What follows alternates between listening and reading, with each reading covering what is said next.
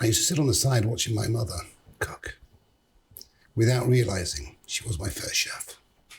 I was her apprentice. I took everything in. No one ever taught me how to cook pasta. No one ever taught me how to make risotto. It was all there in the filing cabinets of my subconscious. So, as I've said before, we have so much knowledge in our past.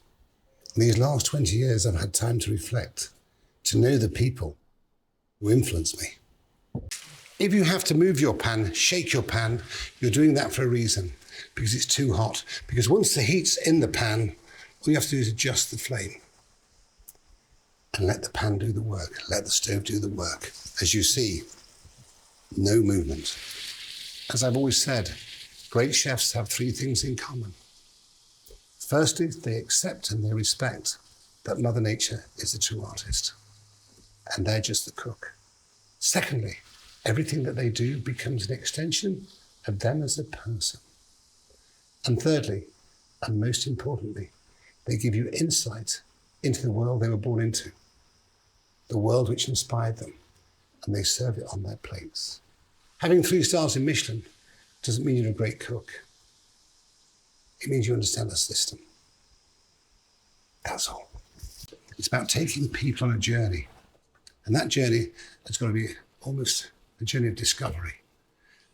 But the first thing that must happen to you in your life, you have to have a love affair with food. If you don't have a love affair with food, how can you create something which is delicious? And that's what happened to me as a young boy.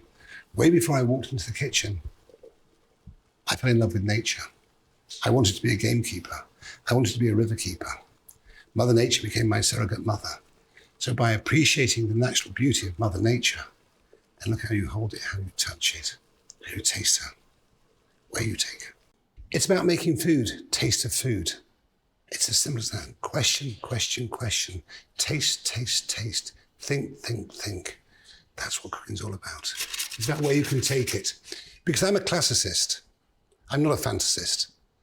I believe in those great classic marriages. Basil and tomato, Madeira and mushroom, red wine and shallots. Keep it simple. We live in a world of refinement, not invention. It's as simple as that. And never forget, if you want to stray and do bizarre and peculiar combinations, then good luck. Because at the end of the day, it's about eating. It's not about impressing your customers, it's about feeding them, and feeding them well. I've told you about time. Time in the kitchen is only a guideline. But sometimes it's worth investing a bit of time in the right place and not the wrong place. It's like when you make pasta. Why don't I make my own spaghetti? Because I haven't got the machinery to make it. And secondly, they're more consistent than I am. And life in the kitchen is all about consistency. It's about focus. It's about discipline. It's about punctuality. If you're late, you'll always be late. If you can't focus, you'll be inconsistent. If you can't stay disciplined, you'll deliver inconsistency again. The key to survival in those 3-star restaurants is punctuality, discipline, focus, which all equal in consistency. And that's what 3 stars is all about, consistency. See, the one thing that you will learn is preparation is everything. If you have good mise en place, as they used to say in the great French kitchens, then service is easy. If you go into service and you're not ready, then you're in trouble. Most people just throw something in a pan and hope for the best. Consistency is born out of focus. And while you're working, question. Talk to yourself. Just question. What's happening? What's happening?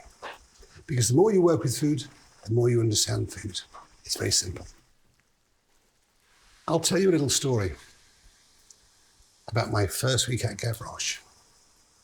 The truth is, I've never been so intimidated in my life. I've never felt so incompetent, so useless.